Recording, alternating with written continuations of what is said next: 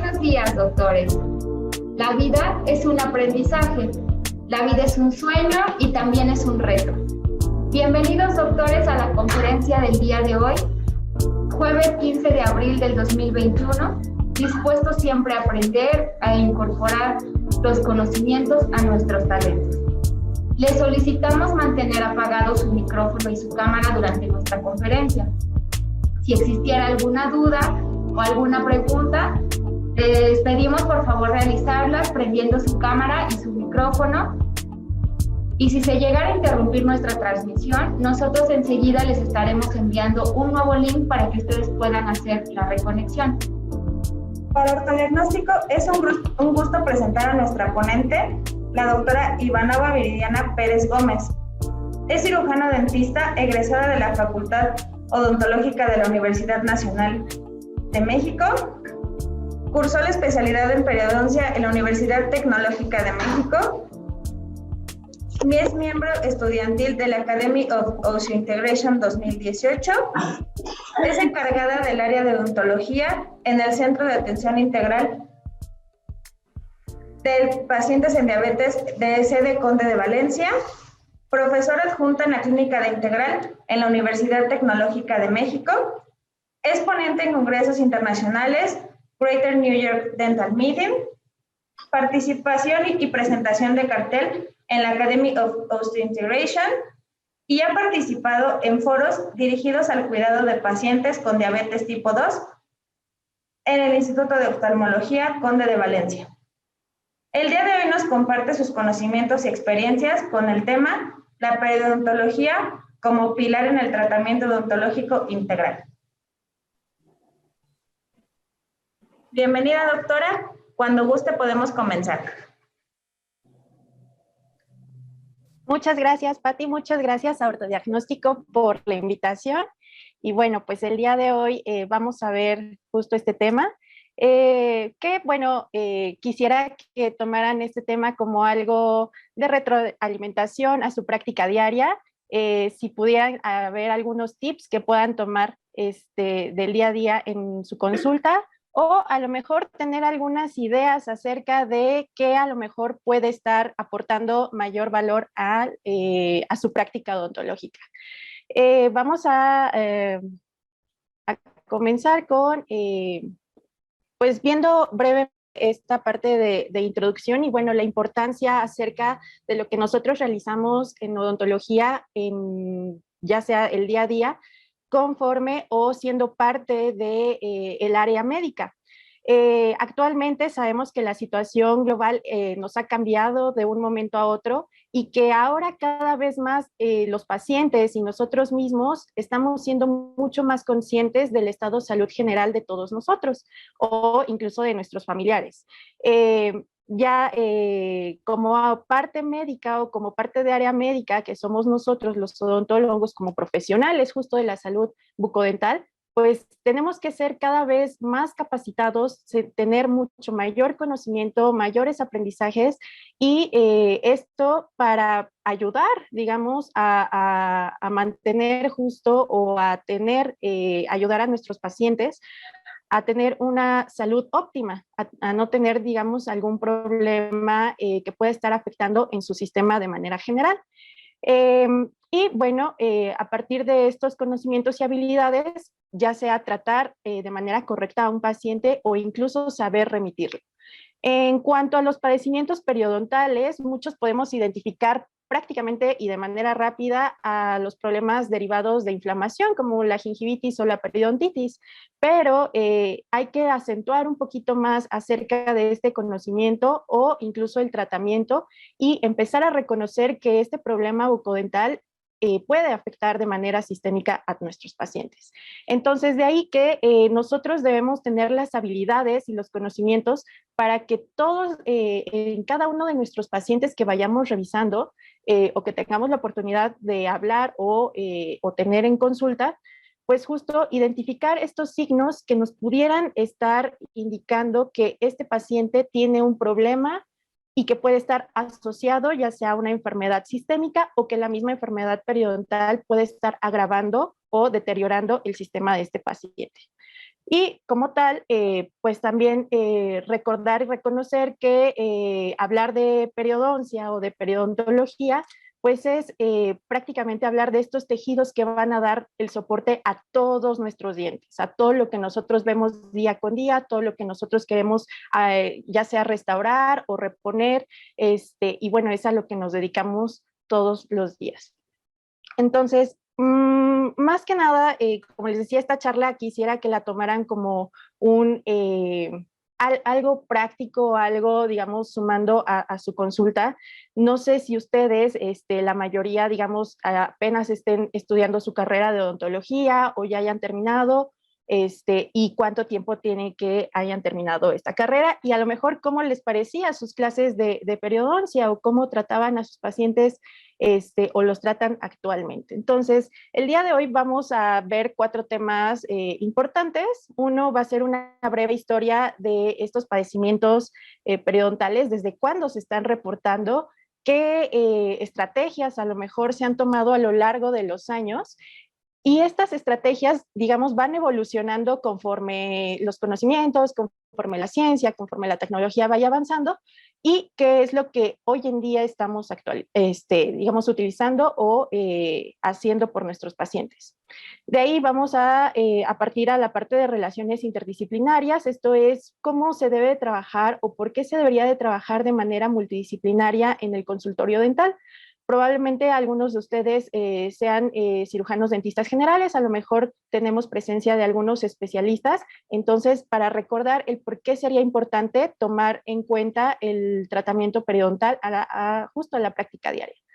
De ahí vamos a pasar a la parte de importancia en la salud en general, el por qué el tema de periodoncia se está, digamos, estamos cada vez más insistiendo en que debe de tener una importancia ya no solo en la parte dental, sino en la parte médica. Y finalmente, bueno, pues vamos a ver algunos tips o algunas recomendaciones que seguramente ya hacen en su práctica y bueno, si no, pues que pueda hacer algo de aporte a su práctica diaria. Entonces, tenemos que como parte de la historia, o como les decía, esta evolución en cuanto a los conocimientos de tratamientos dentales, pues se reportan incluso desde la prehistoria, desde hace muchísimos años, se dice que desde 50 o 150,000 años, digamos, ya se encontraban restos humanos que han podido ser estudiados. Uno de ellos, pues, le llaman el hombre viejo, pero se encontró en la Chapelle aux Saints. Y en este tipo de restos humanos, lo que encuentran es que ya se detectaban algunos deterioros en cuanto a reabsorción de crestas marginales o reabsorción ósea en estos restos humanos. Entonces, de ahí que partimos de que desde que el hombre ha existido, prácticamente ha habido un problema, digamos, se ha estudiado y entonces pudiese que desde esos años ya empezamos escritas, pero bueno, estos humanos en algún momento empezaron a padecer ya estos problemas.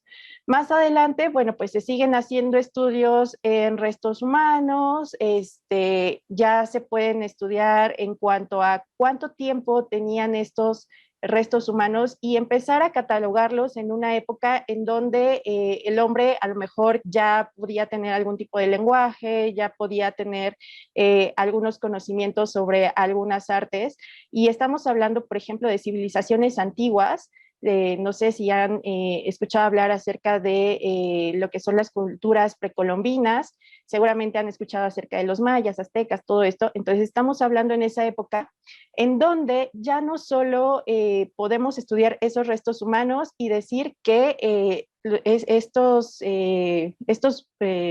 ancestros o estos humanos ya tenían problemas periodontales, sino que ellos empiezan a reportar a manera de su lenguaje o de su escritura, por ejemplo, el manuscrito Badianus, en donde empiezan a reportar a lo mejor algunas dolencias, en donde empiezan a reportar incluso algunos métodos, uso de algunas, digamos, lo que son hierbas, lo que son algunos restos, por ejemplo, de tierra pómex, para que pudieran hacer tanto higiene, pudieran tanto calmar dolores o, como les decía, empiezan a describir algunas afecciones que empiezan a tener ellos.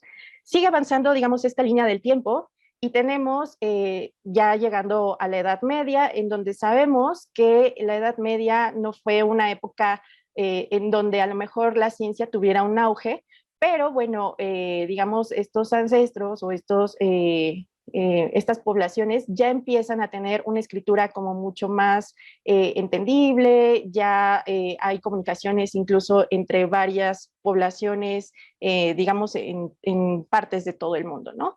Entonces, aquí ya podemos tener a lo mejor una escritura un poco más entendible y siguen hablando, digamos, de estas partes de afecciones, esta parte de métodos para aliviar dolores, incluso asociarlos a algún tipo de mal, todo esto, ¿no? Entonces, en la Edad Media, donde más hubo auge o avances en cuanto a la parte o esta etapa científica, por decirlo así, se da justo en países árabes, y ahí aparece, digamos, uno de los escritos como más importantes es el Código de Avicena, en donde, pues, igual empiezan a reportar todos estos conocimientos o todos estos métodos para empezar a aliviar ciertas dolencias.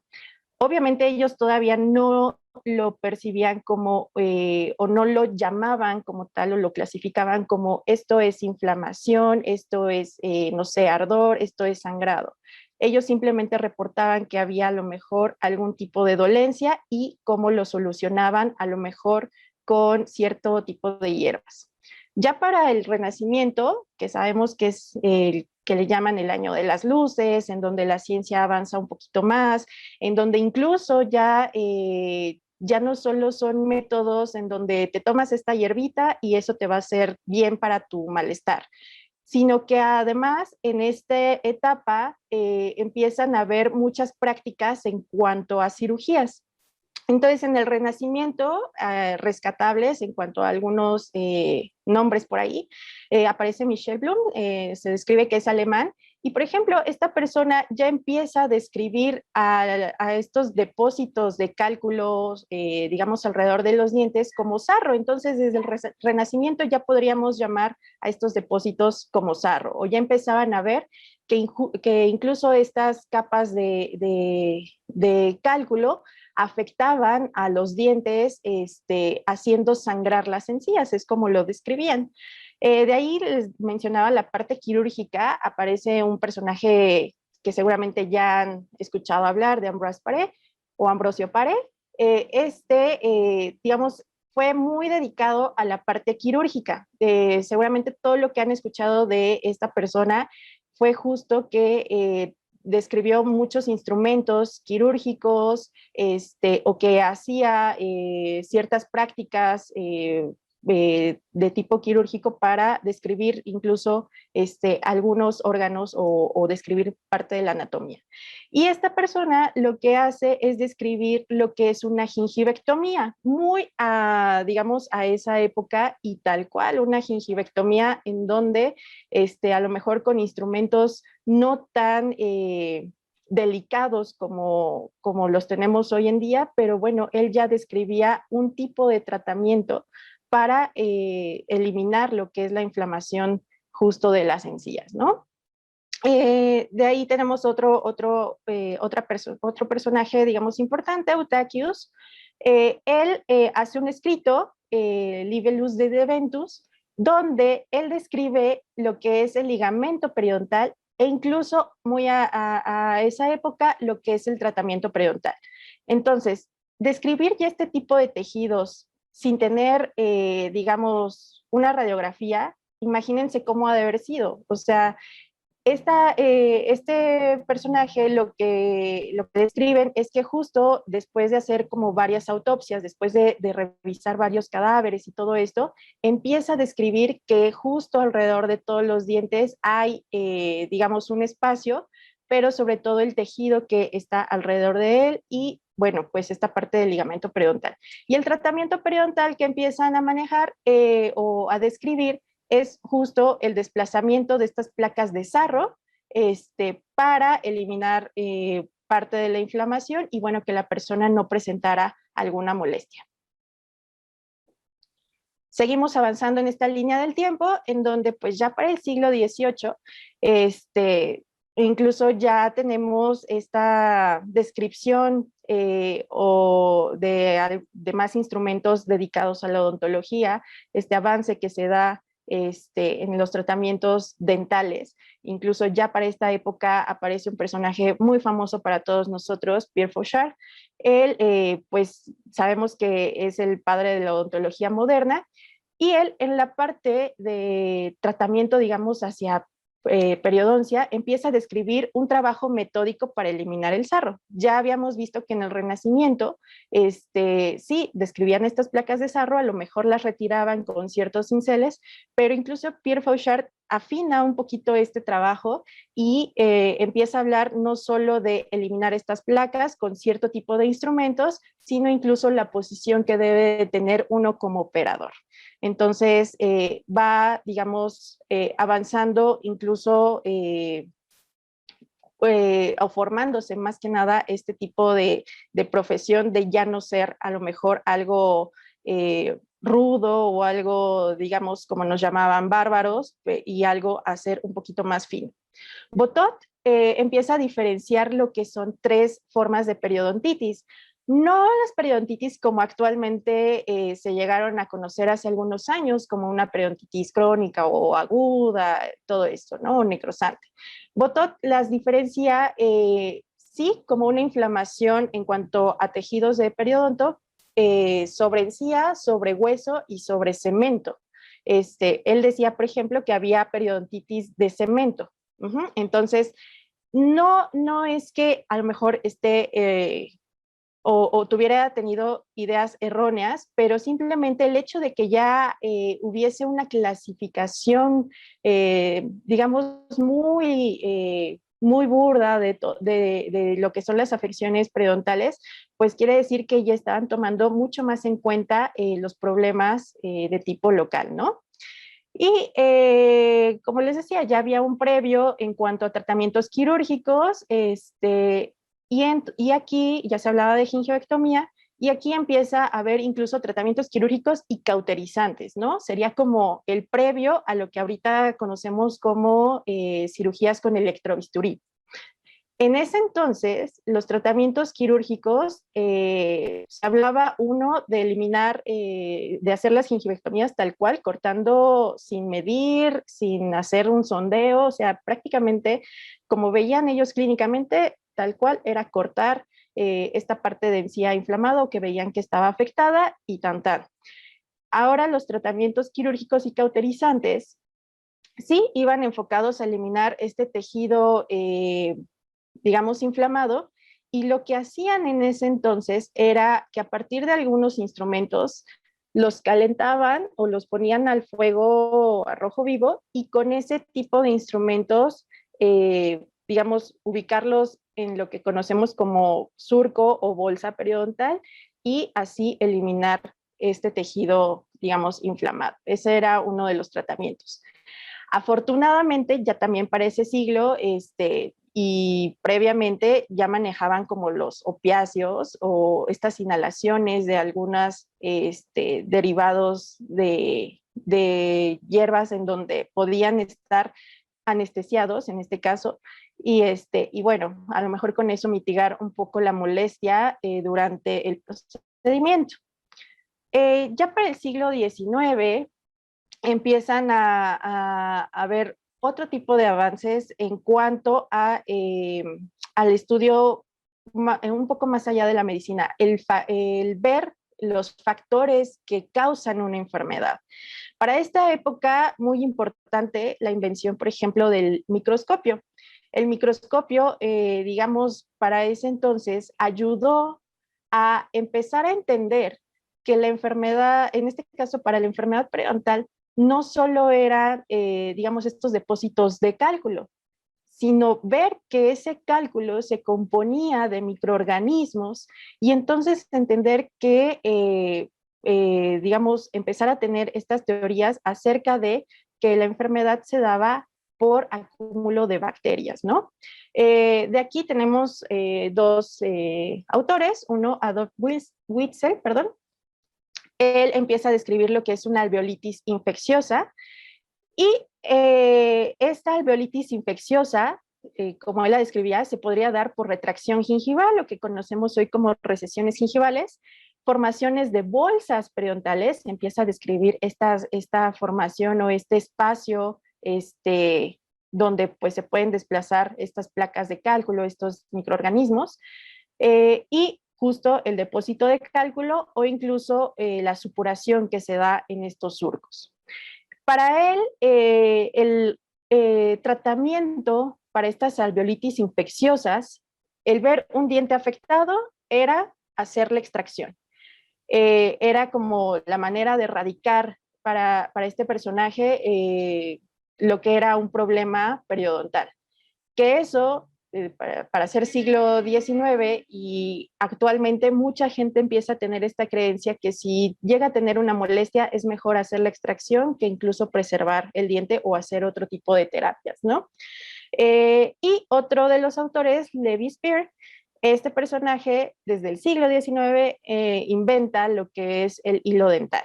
¿Ok? Eso todavía se llega a ocupar hoy en nuestros días, en donde pues incluso se hacen comparaciones para saber si es eficaz o no el uso del hilo dental. Entonces, justo desde el siglo XIX, allá por los años 1800, entonces ya teníamos un poco de más descripción o incluso aditamentos que ayudaran a la higiene oral.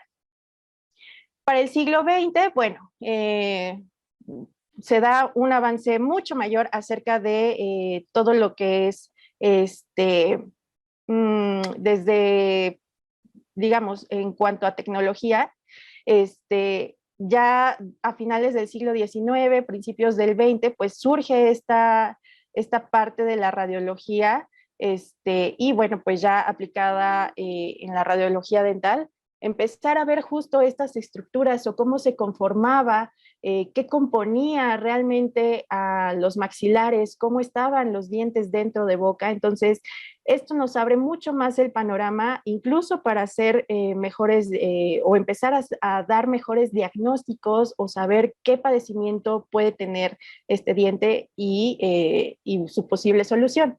Para ese entonces, bueno, tenemos a Bernard Gottlieb. Él empieza a describir ya con un poquito más de detalle lo que es la adherencia epitelial. La adherencia epitelial pues va a ser muy importante porque justamente la adherencia epitelial o lo que es el epitelio unido a alrededor de los dientes, cerca de la unión cemento-esmalte, pues es justo la barrera que va a proteger el medio externo del medio interno, en donde se llega a ver depósitos de placa o cálculo y bueno, pues empieza esta falta de homeostasis y puede haber una disrupción de ese epitelio de unión y empezar a haber problemas de tipo periodontal. Entonces, desde estos años es cuando se empieza a describir un poco más las estructuras, incluso cambios histológicos de lo que es una bolsa periodontal y esto cómo va a influir en lo que es la oclusión de un paciente.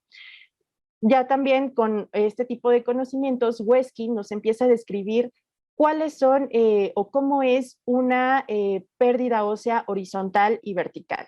Que esto de manera clínica a lo mejor difícilmente, digamos en los años posteriores lo pudieron haber descrito, ya con ayuda un poco más de la tecnología, un poco más de conocimiento, un poco más de enfoque acerca de cómo cursa este padecimiento, pues es como se empiezan a describir. Entonces ya para este siglo es cuando empieza el boom de las escuelas odontológicas, incluso de las asociaciones o de todo lo que hoy en día conocemos como los journals, revistas científicas, todo esto es, digamos, cuando explota todo este conocimiento y es lo que tenemos hoy actualmente.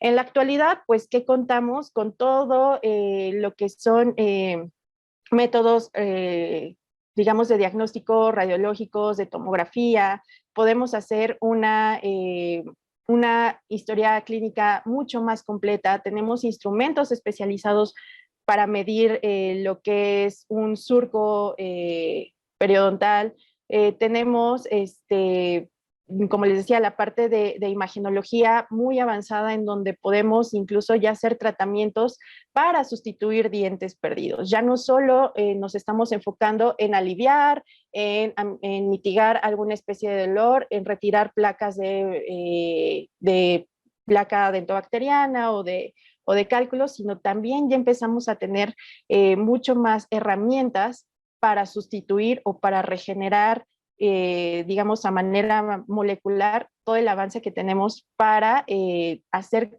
como tal un tratamiento periodontal.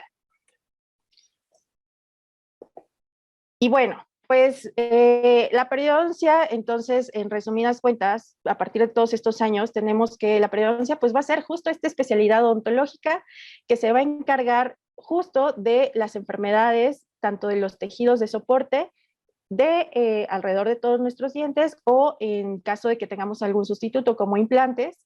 Y esto, digamos, vamos a hacerlo por medio de terapia regenerativa, terapia o manejo de ingeniería de tejidos, uso de biomateriales dentales, ya sea uso de materiales tanto naturales o sintéticos, y bueno, justo el mantenimiento de la salud, función y de la estética de todas las estructuras. En cuanto a periodontología, simplemente vamos a decidir si un sitio está, digamos, en salud o está en enfermedad.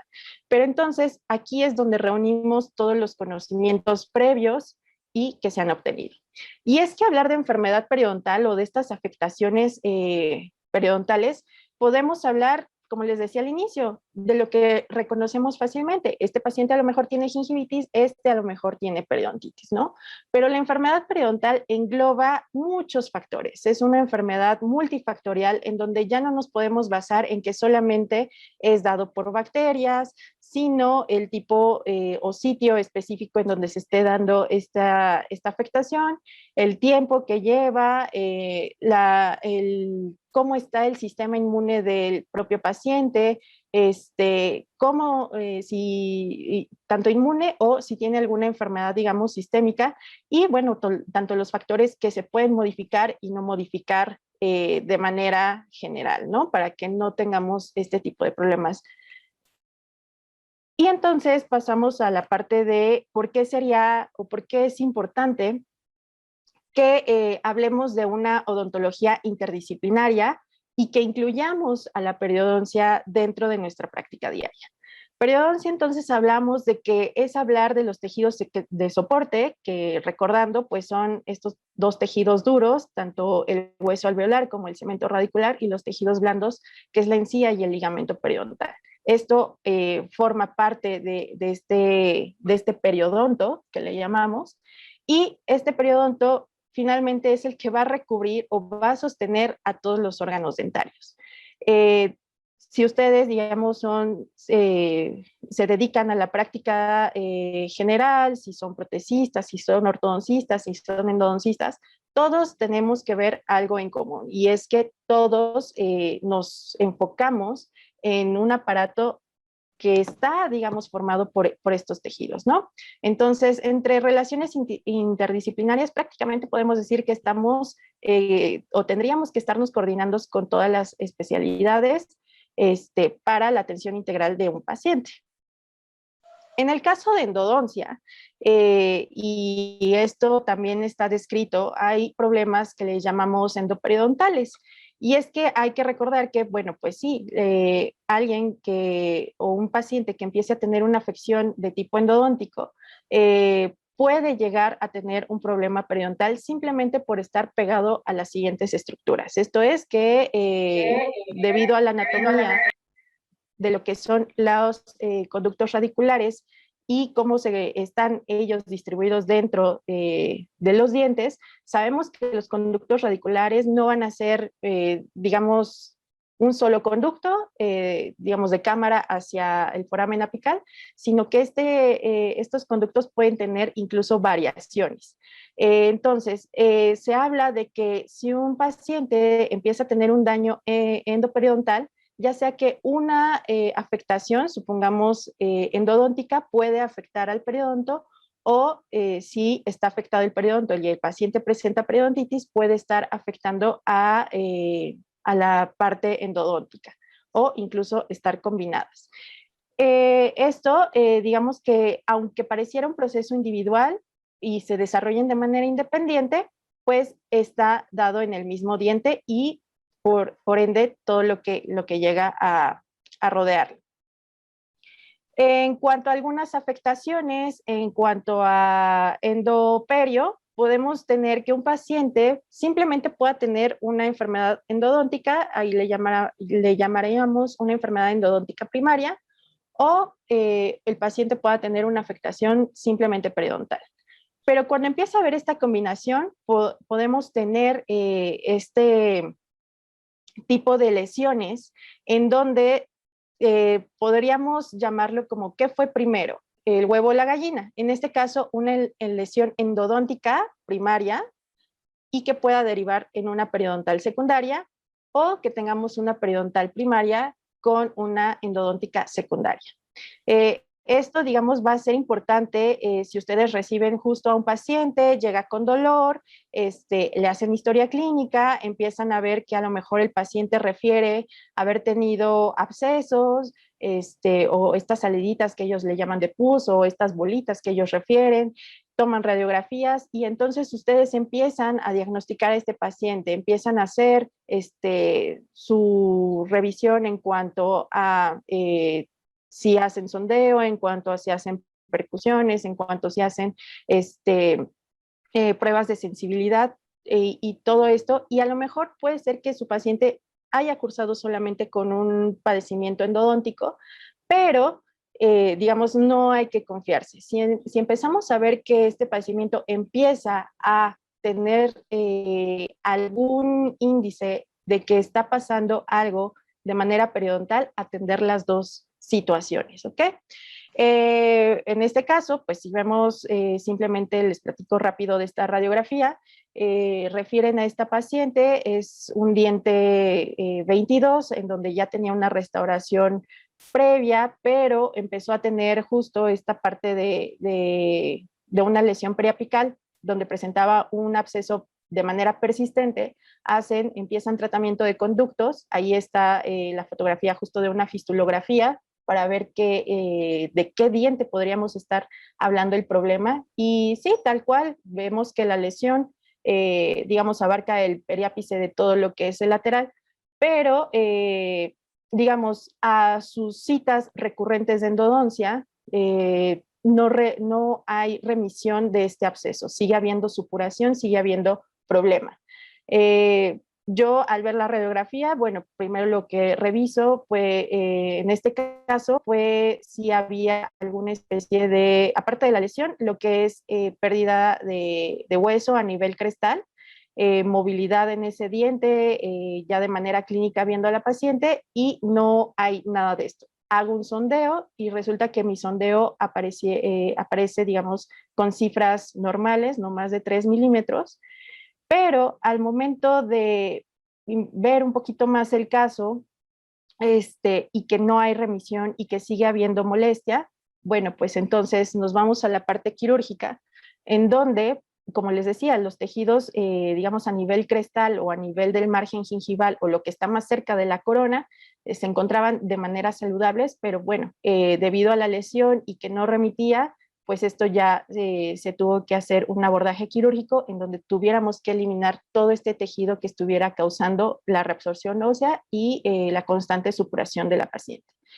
Y en este caso, si recordaban la fotografía anterior, el diente problema o el diente que se está atendiendo, pues era justo el lateral.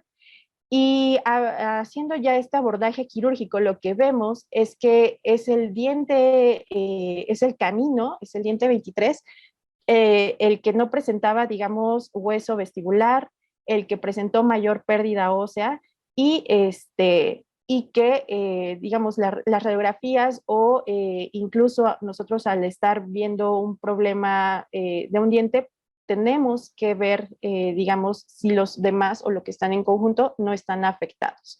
Entonces, aquí, digamos, si nos pusiéramos a pensar qué fue primero, la lesión endodóntica o la lesión periodontal, muchos podrían pensar, ah, fue la lesión endodóntica porque tenía el absceso a nivel de lateral, era el diente que estaban tratando, pero yo me pregunto, si al abrir lo que veo es que el diente canino no tenía hueso en la parte vestibular, me pongo a analizar un poquito más, regreso a la parte de historia clínica de la paciente y la paciente refería que ella en algún momento tuvo tratamiento ortodóntico en donde el canino realmente estaba, digamos, como dicen coloquialmente, no había bajado y por medio de tratamiento de ortodoncia hicieron retracción de ese canino. Posiblemente por esa retracción a lo mejor no hubo, digamos, cierta formación del hueso vestibular, pero, y eso sumado a la lesión que haya tenido en el lateral, entonces, digamos, no tenía suficiente tejido, la lesión, digamos, avanzó, creció, y es como se da justo esta pérdida. Aunque el canino, aunque el premolar no molestara, pero, digamos, todo combinado fue lo que dio resultado y bueno, pues este fue el tipo de problema que presentó esta paciente. La relación prótesis dental con periodoncia, bueno, siempre estamos de la mano, siempre, siempre, siempre. Casi puedo apostar que la mayoría de los protecistas tienen a su periodoncista y el periodoncista tiene a su protesista. Esto es porque casi la mayoría de nuestra práctica dental es justo la restauración. Y las restauraciones en dientes afectados de manera endodóntica, o porque el paciente perdió algunas piezas dentarias, siempre, siempre va a estar, digamos, de la mano con las estructuras periodontales. No hay manera de que a lo mejor podamos decir que se tenga que trabajar individualmente.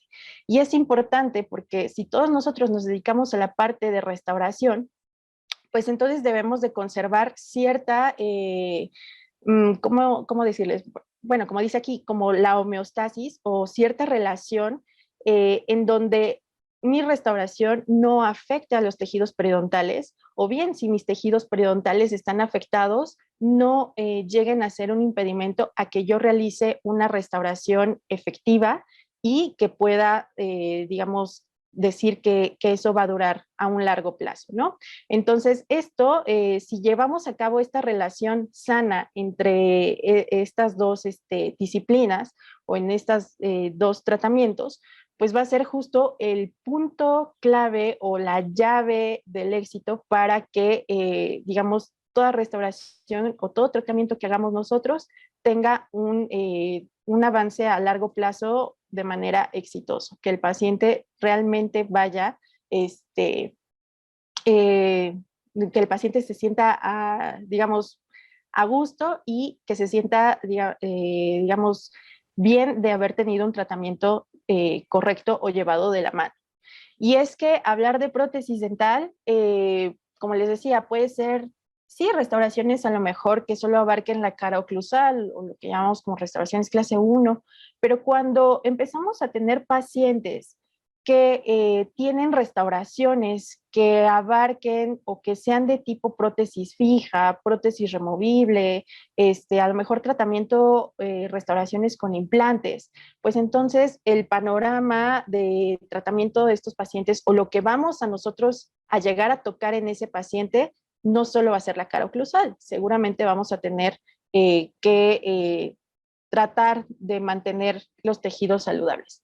En este caso, por ejemplo, la fotografía nos habla de una paciente en este caso la paciente tenía más de 50 años, múltiples restauraciones, algunos son provisionales, y entonces aquí, digamos, sería hacer un poquito de crítica tal vez, una crítica real, constructiva, en donde podemos decir, bueno, si esa paciente le están tratando ahorita o la van a tratar de manera general, pues lo ideal sería tratar de mantener los dientes que tengan un poquito de mejor pronóstico, tratar de preservar lo más que se pueda en cuanto a dientes.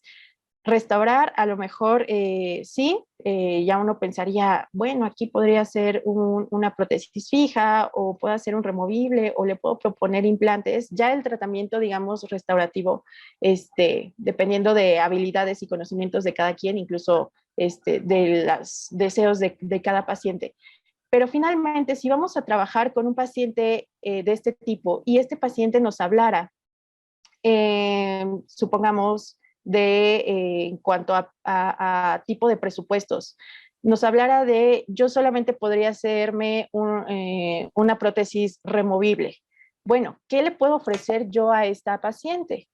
Número uno, que su higiene mejore, uno, por parte de ella, otro, para que todos los sitios sean, digamos, realmente tratados con una higiene ideal, pues ofrecerle a lo mejor que las provisionales o que las prótesis fijas que vaya a aportar sean lo suficientemente pulidas, higiénicas, con espacio para que la persona pueda utilizar ciertos aditamentos y no tener condiciones en donde derive o esté recayendo en inflamación constante, sangrado constante, y como vemos, incluso hay lesiones cervicales no cariosas, en donde puede tener recurrencia de caries, en donde si más adelante que hablemos de la parte sistémica, imaginemos que esta paciente llega a tener problemas de serostomía, en donde al tener poca salivación puede presentar mucho más factores a presentar caries, y, eh, y bueno, supongamos que esta paciente llega a tener alguna enfermedad sistémica, tipo diabetes, tipo, no sé, que de repente llegue con la noticia de que fue diagnosticada a lo mejor con un tipo de cáncer, en donde, bueno, cada una de las situaciones puede alterar o puede agravar el problema que ella está presentando ahorita. De manera protésica, casi siempre trabajamos para hacer tratamientos, por ejemplo, como son alargamientos de corona, regularizaciones de proceso o incluso aumentos de tejido tanto duros como blandos, ¿no? Dependiendo de la terapéutica que le quieran ofrecer a esta paciente. En la parte de relación con ortodoncia, bueno, de manera general sabemos que el tratamiento ortodóntico y todos nuestros ortodoncistas, pues lo que ellos se dedican también es en trabajar en la parte estética, en la parte funcional, en la parte de mejorar, digamos, la estructura facial y la función masticatoria de un paciente. Aunque si hablamos directamente de los pacientes, seguramente buscan más la ortodoncia por una cuestión estética que por algo funcional. Pero bueno, en ortodoncia se buscan estos tres objetivos también. Y está de más decir que los ortodoncistas también tienen relación o trabajan directamente con las estructuras del periodonto, ¿no? Incluso me ha tocado, no sé a ustedes, pero me ha tocado que incluso hay tratamientos ortodónticos o más bien ortodoncistas que no realizan o se niegan un poco a realizar los tratamientos para pacientes que ya hayan tenido pérdida de hueso, que tengan ciertas recesiones, que tengan ciertos problemas. Entonces, a hablar de que la ortodoncia pudiera ser siempre en tejidos sanos sería lo ideal. La realidad es que muchos de nuestros pacientes llegan a necesitar este tipo de tratamientos ortodónticos para mejorar lo que en algún momento ya pasó a ser, no sé, una migración dental por enfermedad periodontal.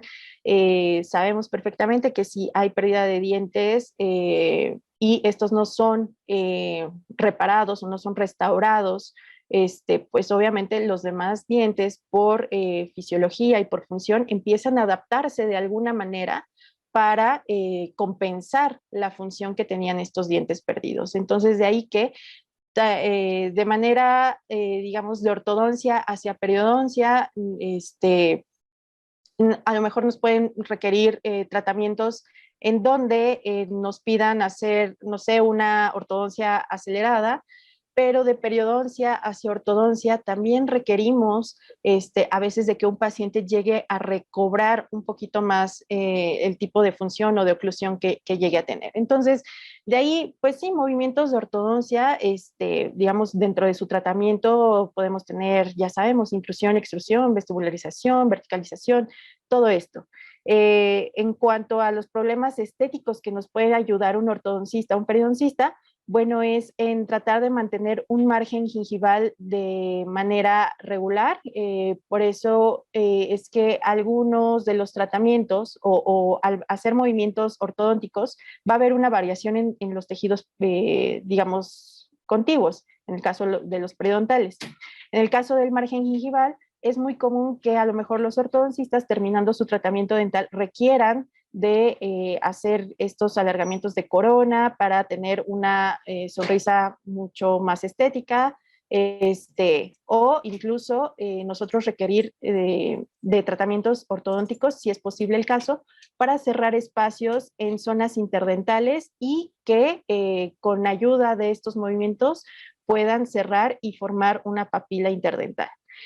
O bien, como les decía, un ortodoncista puede requerirnos para la parte de realizar esta ortodoncia acelerada, en donde, bueno, pues se pueden realizar corticotomías. En el caso, por ejemplo, de esta fotografía, es una paciente ya más de 60 años, en donde, pues, primero la parte de platicar con ella cuál era, digamos, su idea de tratarse ya su boca, ¿no? Entonces, ella platicaba que pues en algún momento llegó a perder muchos dientes, sobre todo cuando fue o presentó embarazo, y digamos, ya no tuvo un seguimiento o un tratamiento adecuado, empezó a perder estas piezas, empezó a tener movilidad, empezó a tener justo recesiones.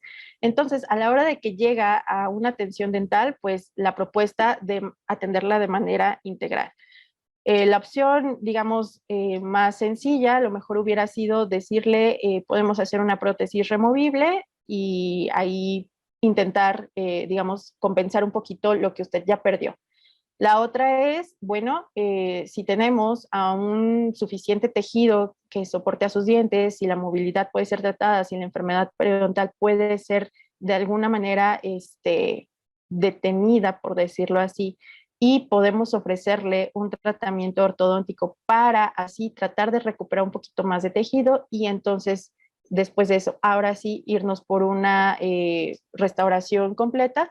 Bueno, yo creo que esta paciente se fue mucho más convencida de realizarse un tratamiento de manera integral. O bien, como les decía, puede ser una situación en donde los ortodoncistas nos soliciten trabajar en cuanto a hacer tratamientos para acelerar un poquito sus movimientos.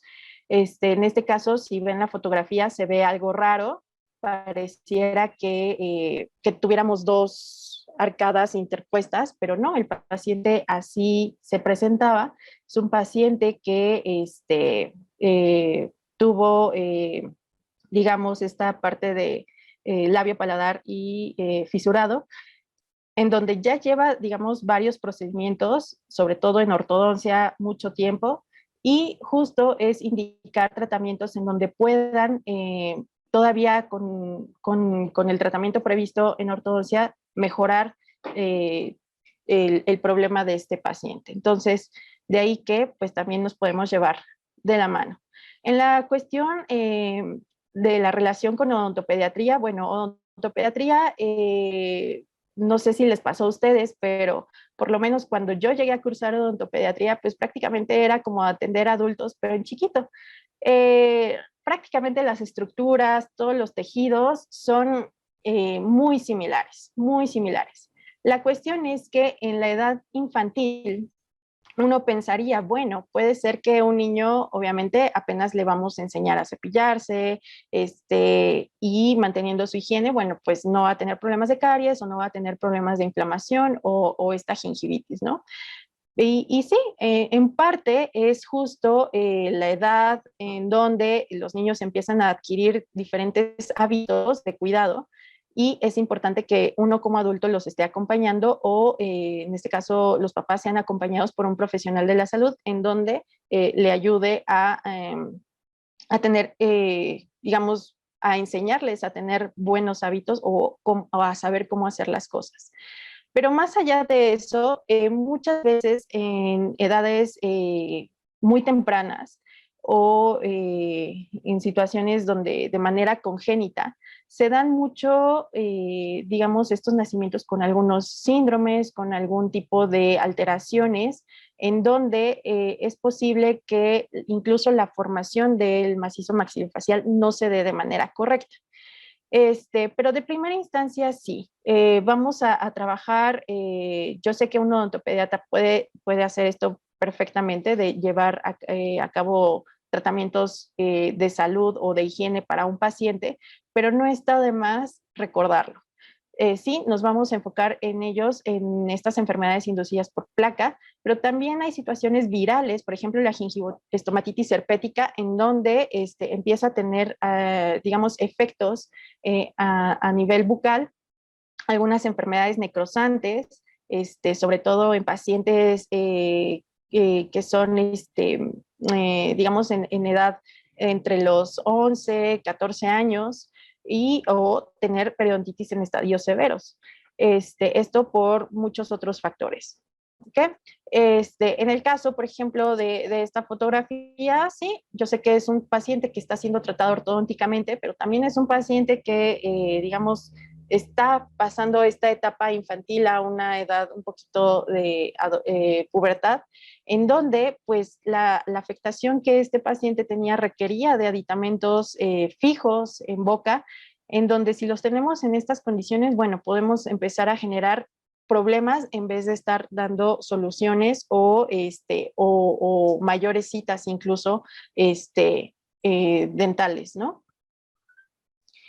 Y finalmente, en cuanto a oclusión dental, porque sería importante, recordemos que nosotros al tener un paciente con enfermedad periodontal previa, supongamos que es un paciente que ya nos habló de que empezó a tener pérdida de dientes hace tiempo, que para ellos muchas veces es normal perder dientes, esto es como normalizado o minimizado, empiezan a tener esta pérdida de dientes y si uno les llega a preguntar cómo es la función o cómo puede ser, si se les ha complicado tener una buena alimentación, obviamente el paciente te va a decir que no. El paciente no mide cuál es la gravedad de perder estos dientes.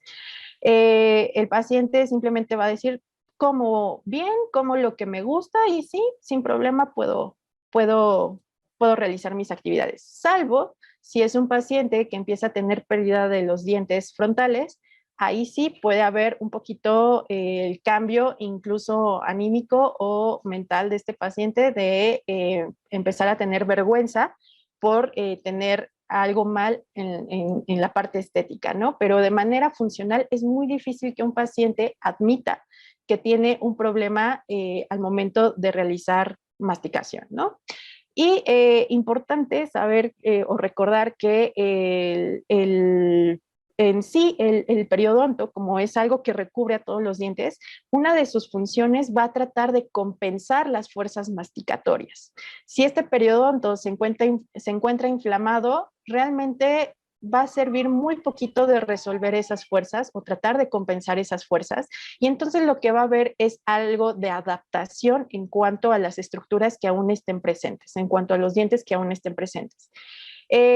Los efectos tanto de las fuerzas de oclusión en el periodonto van a ser influenciadas siempre por la magnitud, esto es qué tanta carga a lo mejor o qué tanta fuerza masticatoria estemos ejerciendo en cuántas piezas dentales, la dirección de estas fuerzas, porque también sabemos que hay movimientos funcionales y parafuncionales, la duración y bueno, pues la frecuencia.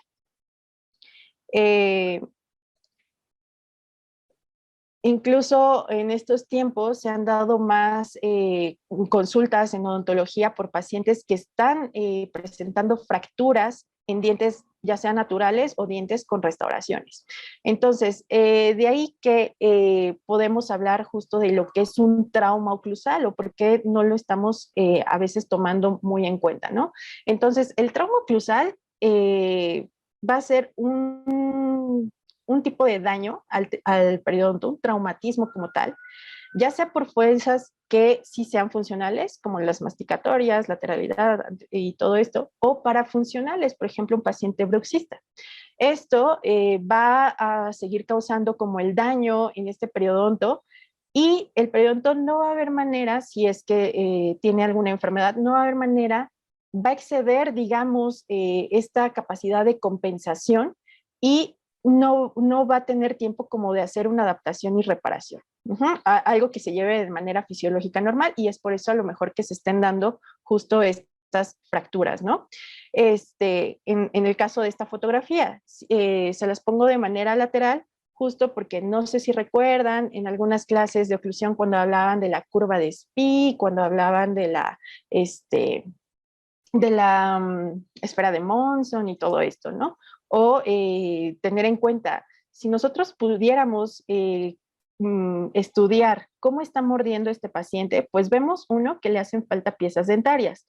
Número dos, seguramente por la inflamación que ahorita presenta, llega a tener movilidad en algunas piezas. Por la falta de piezas dentales, los molares, por ejemplo, ya empezaron a extruirse, tratando de compensar o de buscar tener una función.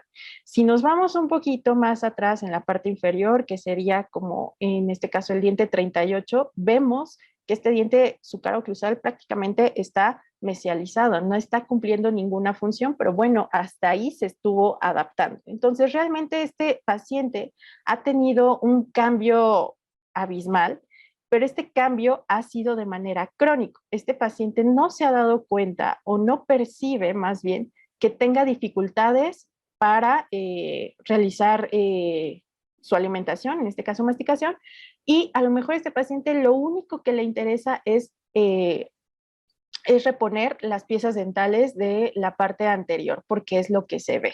Entonces, aquí podemos ver que si nosotros un paciente así y nos dice, es que yo quiero arreglarme la parte de adelante, pues que posiblemente nosotros le digamos que no, que se necesita hacer mucho más trabajo que lo que él piensa y bueno, explicarle el por qué necesitaría como una intervención o que su caso realmente es algo complejo, ¿no?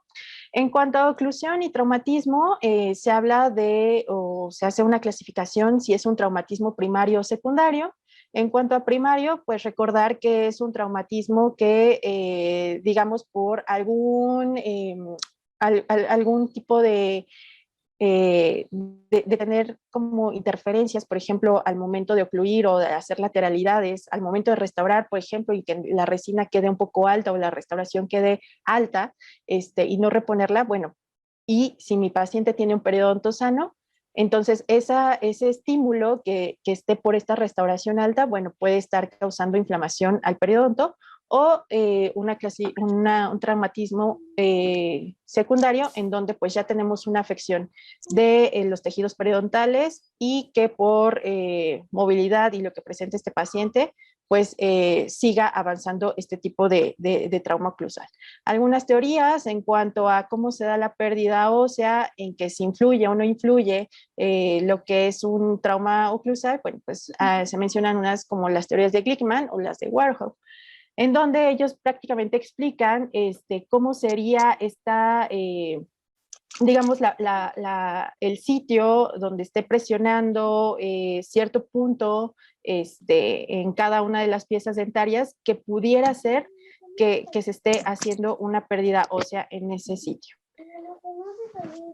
Otra situación, por ejemplo, este es otro paciente en donde si vemos esta fotografía antes de saber incluso saber el motivo de su consulta, podríamos inducir que o pensar que este paciente ya presentaba una clase 3 antes de tener de presentar, digamos, enfermedad periodontal, pero es justo lo que les explicaba. El hecho de que a lo mejor estructuralmente ya tenía un padecimiento, pero además tuvo un problema periodontal, esto no, digamos, el trauma oclusal no hizo la enfermedad periodontal.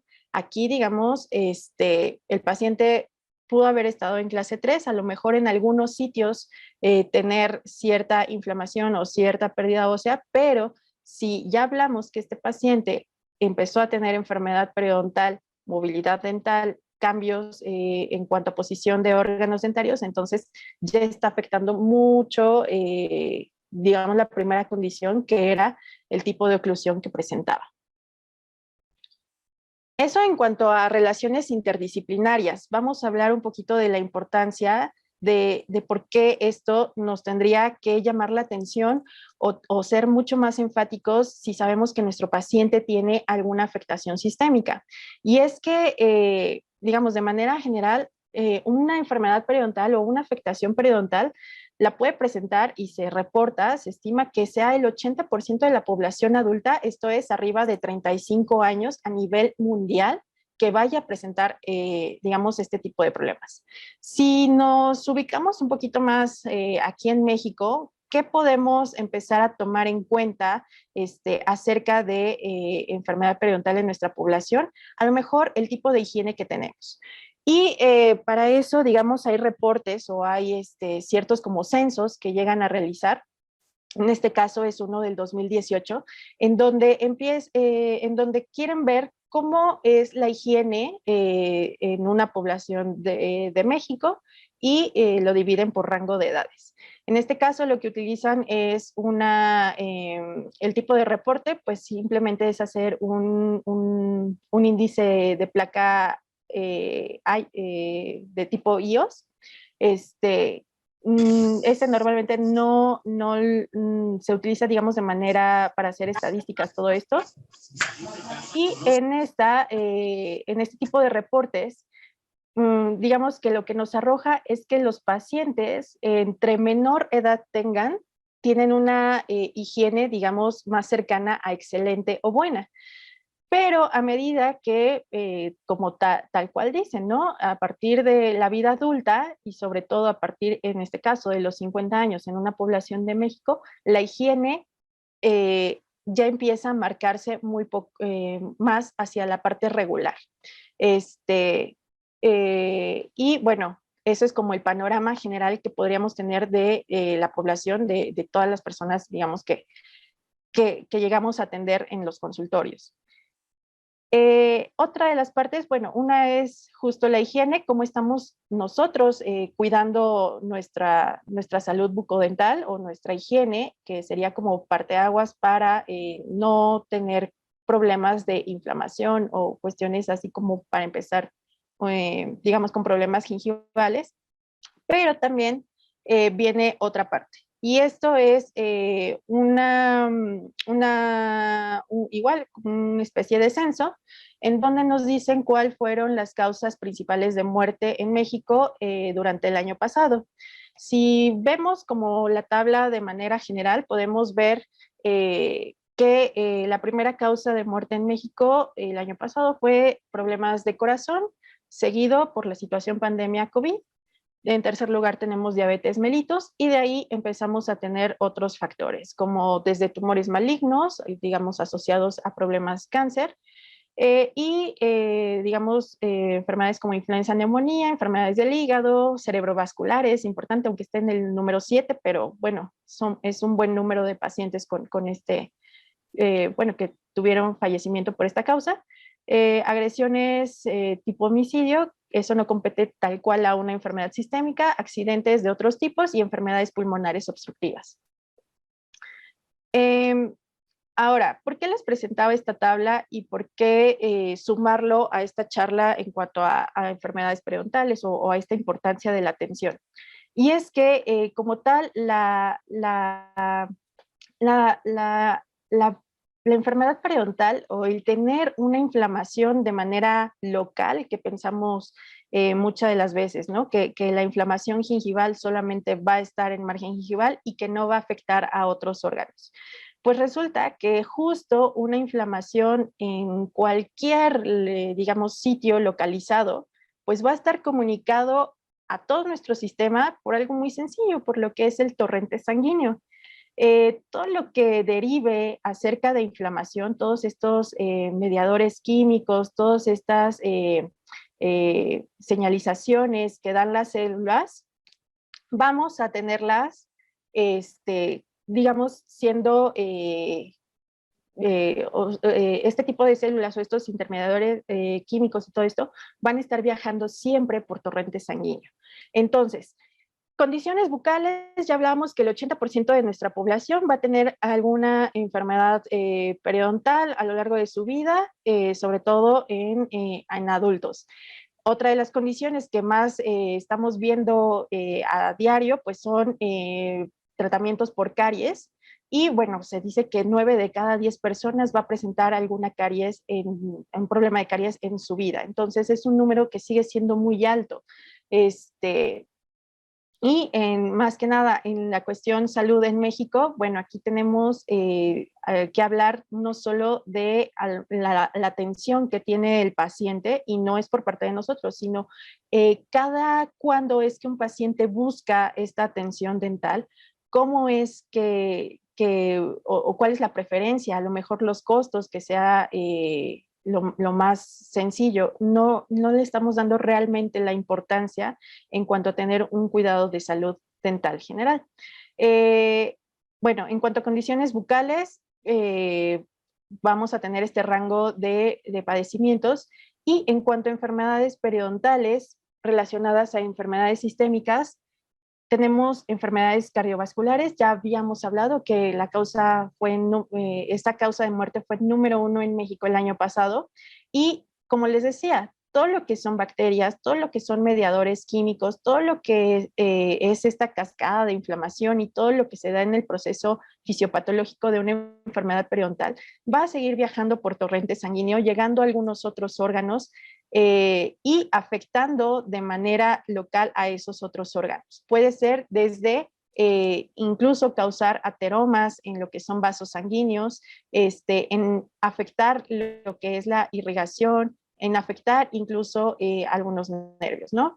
En cuanto a enfermedades cardiovasculares, algo muy sonado ha sido, por ejemplo, lo que es pacientes que ya tengan alguna afectación o que incluso, por ejemplo, utilicen alguna válvula cardíaca. Bueno, que estos pacientes debemos de tener mucho más cuidado al momento de ser tratados, porque incluso por bacterias periodontales pueden tener una infección de tipo, por ejemplo, la endocarditis bacteriana.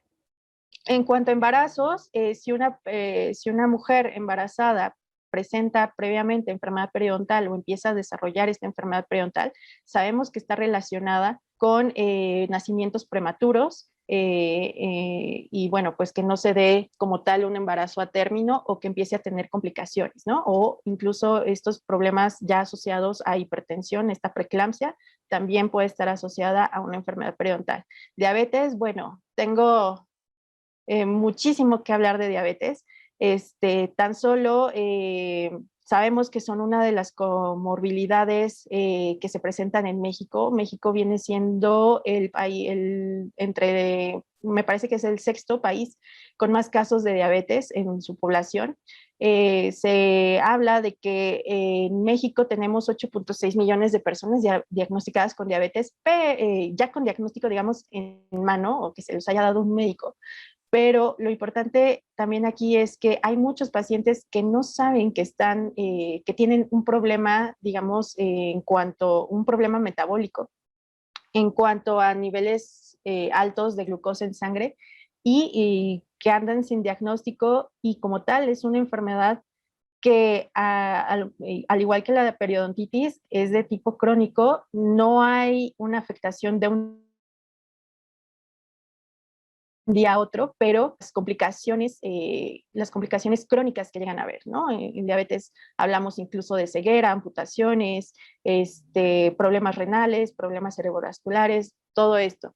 Y algo que no es nada nuevo, pero se sigue hablando, estudiando y tratar de informar a todos nuestros colegas, es que precisamente una enfermedad periodontal puede hacer que un paciente con diabetes no tenga un control ideal, o bien que un paciente con diabetes sea más propenso a desarrollar una enfermedad periodontal.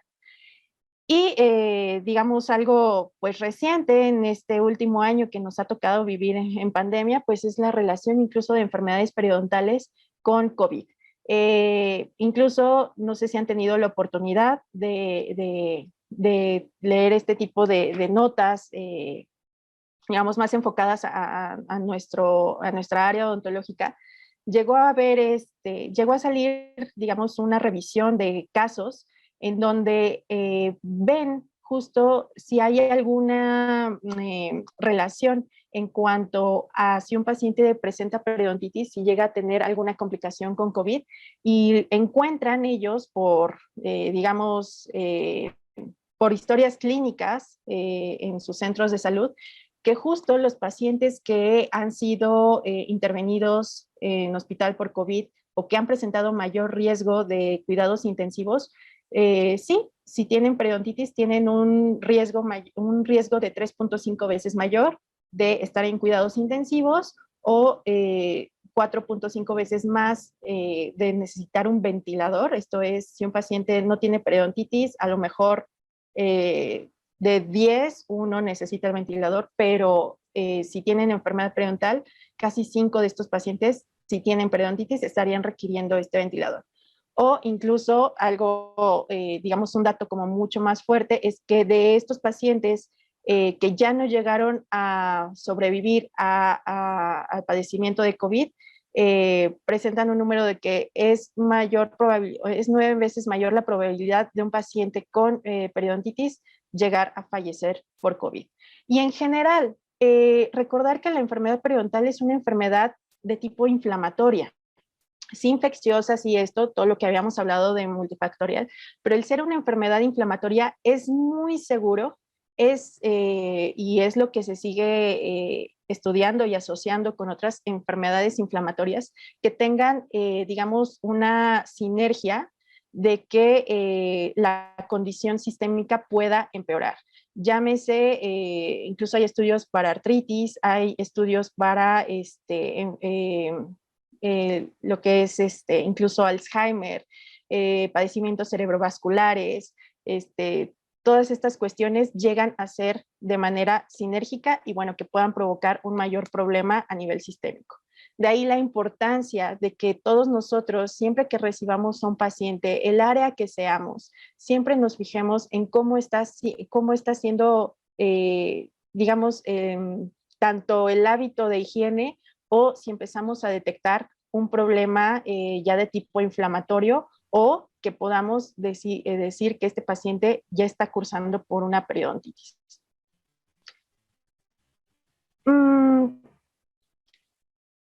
Y bueno, ¿cuáles son los tips o recomendaciones? En cuanto a lo que no, algo que deberíamos de dejar de hacer es minimizar los signos y los síntomas.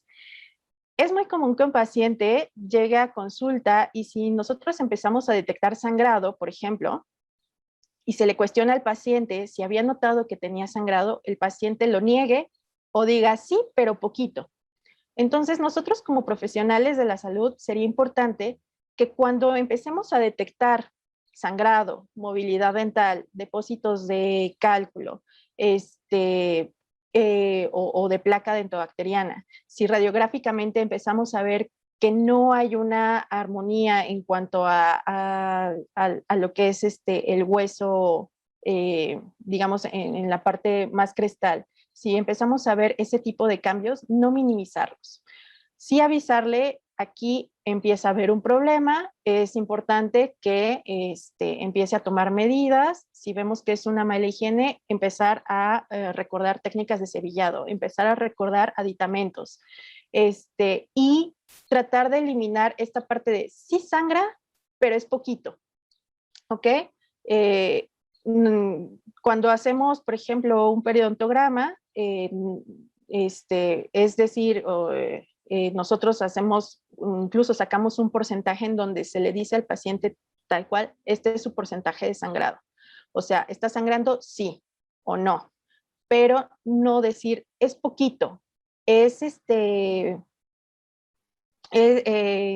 o sea, tratar de hacerlo como menos o como que no está sucediendo, porque si no el paciente lo va a interpretar como no me pasa nada, yo sigo así y no voy a tener mayor problema, ¿no?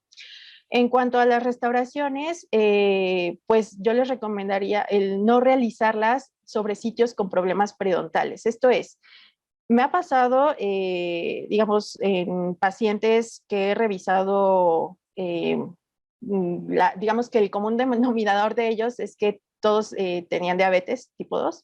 Me ha pasado que este tipo de pacientes me platica que sí, que les van a poner alguna prótesis, que van a hacer alguna restauración, que les están poniendo, no sé, alguna corona, incluso implantes, ¿no?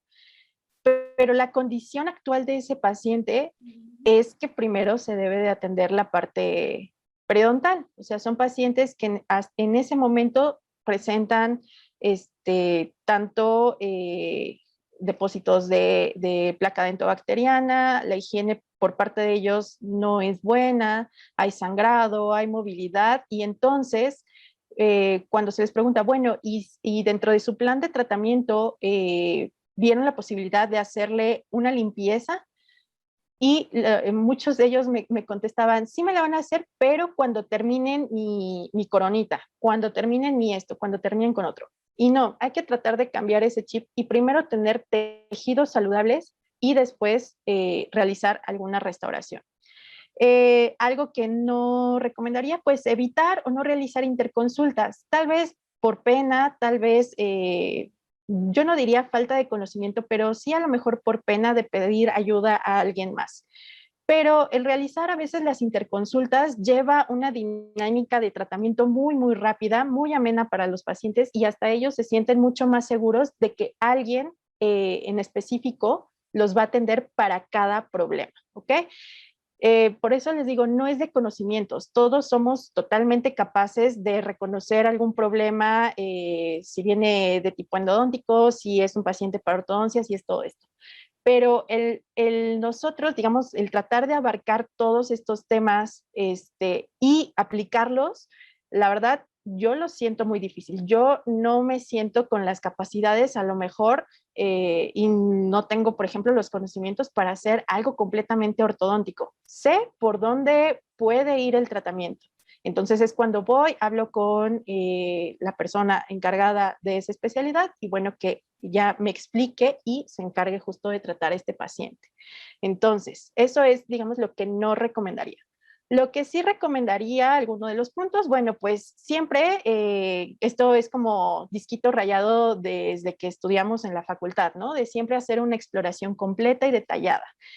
Siempre que veamos a un paciente, siempre traten de revisar todos los tejidos, incluso carrillos, incluso lengua, garganta, o sea, todo esto, hagan una exploración completa, siempre detallada. Recordar que todos los pacientes deberían de ser tratados de manera individualizada. Sé que todos los pacientes tienen dos ojos, una nariz, una boca, pero finalmente los detallitos de cada uno es de manera totalmente personalizada. Entonces, siempre, siempre, siempre tener en cuenta que no todos nuestros pacientes tienen la misma condición, ¿ok? Identificar signos y síntomas que indiquen un problema. Yo sé que tal vez no todos dentro de su exploración inicial o la primera visita realizan, por ejemplo, un periodontograma y es, digamos, no es que a lo mejor se tenga que exigir. Lo que todos hacemos es un odontograma para saber qué problemas son los que está presentando en ese momento el paciente. Pero también podemos empezar a lo mejor no anotar un periodontograma como tal, pero sí hacer una revisión de manera rápida en donde podamos de alguna manera y identificar si hay algún sitio que presente problema, o bien seguramente muchos de ustedes al momento de recibir a un paciente también realizan la toma de radiografías o de algún otro auxiliar diagnóstico. En ese caso de las radiografías, siempre identificar dónde podría haber algún defecto o alguna pérdida de hueso, algo que se vea raro, en donde podamos empezar a remitir o empezar a saber qué tipo de tratamiento llevar este paciente, ¿no? Proveer siempre información acerca de la salud bucodental. Todo lo que se llega a estar publicando no es de que a lo mejor ustedes tengan que leer todos los artículos que salen a diario, porque es imposible, pero simplemente siempre manténganse actualizados, siempre vean qué puede ser mito, qué puede ser realidad, sobre todo en esta época en donde tenemos la información a manos llenas, en donde el paciente a veces sabe mucho más que nosotros, en donde el paciente incluso puede llegar y decir, este es mi tratamiento y no necesito nada más. No, también nosotros debemos de estar siempre en vanguardia, siempre estar actualizados en cuanto a todos estos temas para poder proveerle información de calidad y bueno, que llevar a este paciente sobre una idea mucho más digamos, apegada a la ciencia que a lo mejor a creencias, ¿no?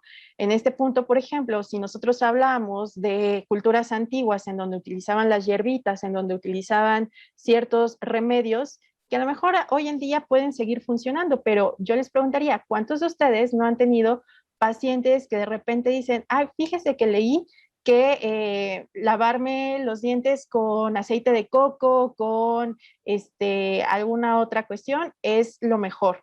Probablemente sí funcione, pero no es algo adecuado a lo mejor para ese paciente o que le vaya a servir realmente, ¿no?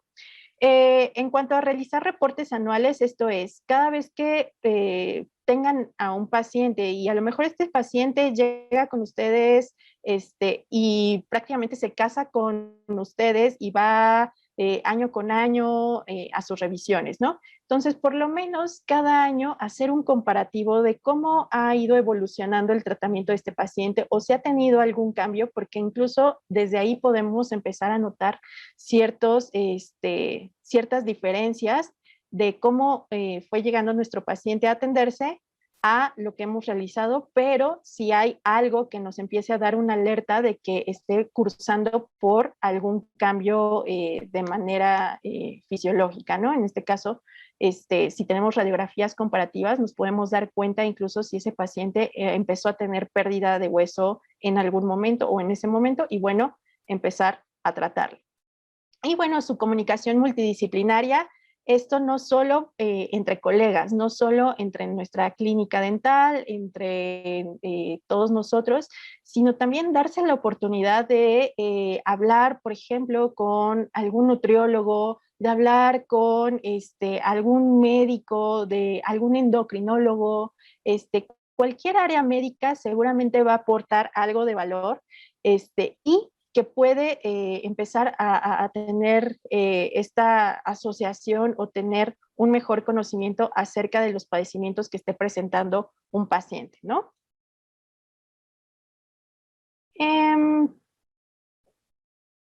Y bueno, recordarles cómo es un tratamiento en periodoncia. Seguramente han escuchado, ¿no? Un periodoncista siempre va a llevar a un paciente tratamientos llevados por fases.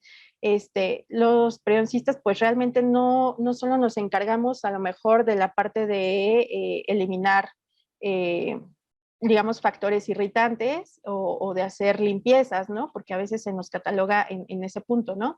De hacer una fase 1 en donde pues nada más le hacemos limpieza, raspado y alisado subgingival, sino también que estos tratamientos pueden llevarse a una fase quirúrgica e importante, y algo que deberíamos de compartir todos es una fase 3 o una terapia de soporte en donde todos los pacientes tengan un mantenimiento.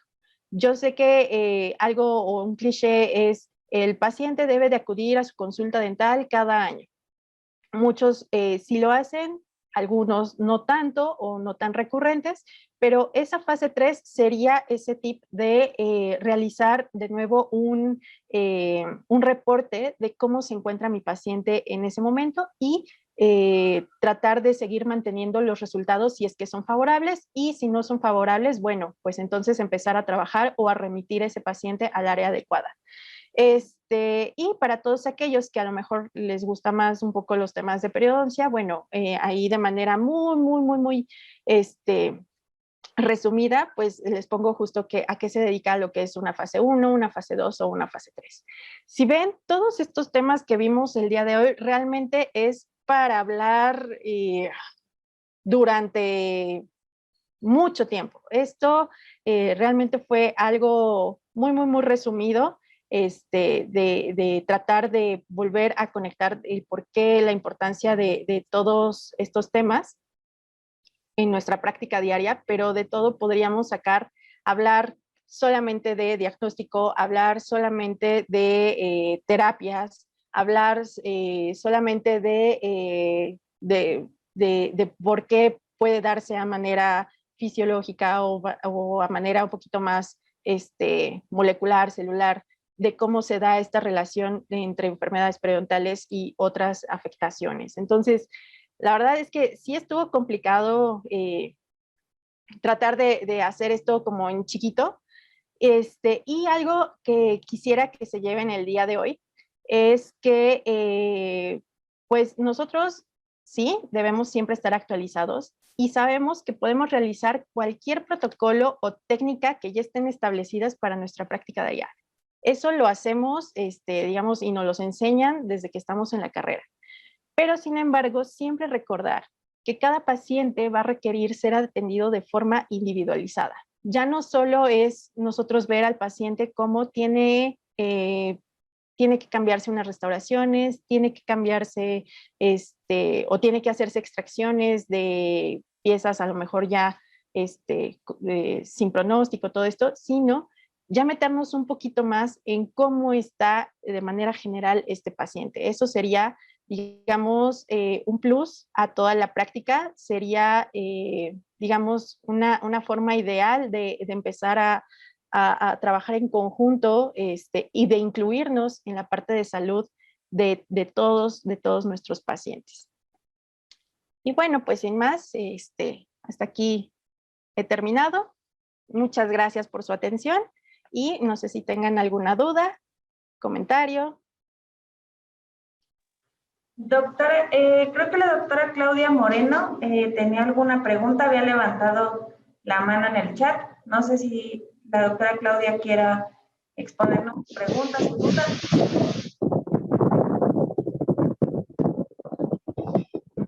Buenas tardes, mi nombre es Juan García, soy odontólogo de la Universidad Magdalena Santa Marta, Magdalena, Colombia. Un paciente, 40 años, a nivel radiográfico, tiene una pérdida ósea del 75%, parcializada, no generalizada, en los molares superiores e inferiores, y en el número 12 presenta una pequeña evolución de 5 milímetros. La fase sería 2, quirúrgica, o la fase 3. Aclárenme esa parte. Ok, doctor Jover. Ok. Huber García. Huber. Ok, sí, gracias por la pregunta. Lo que me menciona es que su paciente ya tiene una pérdida ósea aproximadamente del 70%, ¿cierto? Correcto. Ok, bueno, siempre hay que revisar, uno, cómo está la condición de ese y de los dientes contiguos. Si está en oclusión, si hay movilidad, si, digamos, sería un tratamiento para tratar de conservar ese diente. Y todo, digamos, está como en checklist y en palomita. Lo que podemos hacer es justo, si ya empezó una terapia periodontal, es probable que su periodoncista indique lo que es una fase 2 quirúrgica para hacer un desbridamiento y eliminar todavía cálculo, no recuerdo si era un diente anterior o posterior. Un diente anterior, el 12. Ok, ya indicaría si se hace el desviamiento o incluso si hay movilidad y todo esto, trabajar a lo mejor con férulas, o sacarlo de oclusión, para tratar de minimizar el trauma oclusal en ese diente. Ahorita pues no cuento con una radiografía, si gusta pues me pongo ahí mi correo, si me la gusta enviar y con Me mucho gusto hace el le favor, podría ayudar. me envía su correo, yo tengo la radiografía y le agradecería tener una respuesta más acertada, más positiva para poder orientar a mi paciente. Sí, claro que sí. Ahorita en pantalla está como mi correo, y sí, con mucho gusto le apoyo en ese tema, doctor. Muy amable, muchas bendiciones. Es usted una profesional excelente, tiene una calidad humana muy aceptable y un fluido que cualquiera aprende, porque el conocimiento es universal. Espero que se sigan haciendo estas charlas para enriquecernos y poder mejorar la calidad de nuestros servicios. Muchas gracias, doctor. Muchas gracias, doctor. También el doctor Wilmer también había levantado la mano, doctora. Doctor Wilmer, Sí. lo escuchamos. Hola. Hola. Buenas tardes. ¿Cómo está, doctora? ¿Qué tal? Un gusto saludarle. Buenas de acá tardes, de Perú. doctor. Ah, perfecto. ¿Cómo está todo por allá? Así como en todo país latino, estamos con las restricciones respectivas, pero tratando de salir adelante Muy ante bien. esta pandemia. Bueno, era para comentar sobre un artículo nuevo que traté de leer, que está en inglés, con respecto a que ha cambiado la terminología de los pies raspaje alisado radicular en un desgridamiento subgingival no quirúrgico. Y Así esto es. está dentro de la fase 1, como usted lo sabe, ¿cierto? Así es. Entonces, mi pregunta es, ¿hasta qué punto uno puede, en base a toda la nueva clasificación de perioimplante, tenemos los diagnósticos en estadio, en grados, etcétera, hasta qué punto nosotros podemos aplicar un tratamiento? Es decir, por ejemplo, si yo tengo una bolsa, profundidad de bolsa de 5 de 6, con terapia, con la clase 1, podría ser con este desbridamiento subgingival no quirúrgico, o tendría que utilizar la fase 2, que hay técnicas restrictivas, regenerativas, etc. Entonces, Okay. ¿hasta qué punto controlar estas variables para poder tomar una opción terapéutica? Gracias, muy Okay. amable. Gracias, doctor Wilmer. Sí, de hecho, aquí en la parte de la última clasificación que tenemos de enfermedades periodontales, hay justo una parte en donde nos habla de recomendaciones. Normalmente cuando revisamos a un paciente y hacemos un periodontograma, es probable que un paciente que tenga una bolsa de 5 o 6, primero se haga una terapia, de fase 1, hacer simplemente un raspado subgingival sin hacer desbridamiento y a la revaloración determinar si se puede realizar la parte quirúrgica. Muchas veces, aunque son pacientes con profundidad de bolsa, digamos, evolucionan favorablemente y ya no es necesaria hacer una fase 2 quirúrgica. Pero en el caso de que si yo a este paciente ya lo valoré, ya hice mi raspado y alisado no quirúrgico y no remite o la bolsa sigue, digamos, de manera profunda, entonces se dice que es a partir de 6 milímetros de profundidad. Si esa bolsa a mi revaloración no hay remisión y sigue habiendo el problema, entonces es candidato a hacer una fase 2 o un desbridamiento. Sí, doctora, le digo esto porque también hay zonas críticas. Recuerda usted la parte estética, andero superior. Si levantamos un colgajo va a haber pronunciación de las troneras, etcétera, etcétera. Claro, aunque haya procedimientos que ya nos dicen cortar en la base de la papila, pero igual a veces se evidencia, ¿no? Entonces, y sobre todo en casos donde yo trabajo en MINSA, en el Ministerio de Salud, donde hay bastante afluencia, y la enfermedad periodontal es bastante en la población de MINSA que no tienen accesos económicos, etcétera. y la verdad que a veces me pongo a pensar de lo teórico a lo práctico hay mucha diferencia, ¿no? En lo cual podemos hacerlo en nuestro tratamiento. Y otra cosa es lo que le quería decir, el artículo que revisé es que hay diferencia en lo que es raspaje alisado radicular y en lo que es desbridamiento subgingival quirúrgica. Decía de que la bolsa no solamente tiene pared dura, sino pared blanda. Entonces, para eliminar todo el producto inflamatorio de la parte blanda de lo que es la bolsa. Bueno, ese es lo que yo he captado. No sé cuál será ¿cómo se llama su concepto de usted? Gracias. Sí, justo es eso, o sea, una bolsa periodontal. Por un lado vamos a tener la estructura dura, que va a ser el cemento o, digamos, ya la dentina, digamos, ya con esta infección. Y del otro lado, la parte blandita. Al hacer nosotros un raspado y alisado, justamente, uno, estamos removiendo la parte dura del tejido infectado, pero también al mismo tiempo podemos hacer, digamos, la remoción de tejido de granulación de la parte blanda de la bolsa, en la misma terapia, con el mismo procedimiento y con los mismos instrumentos.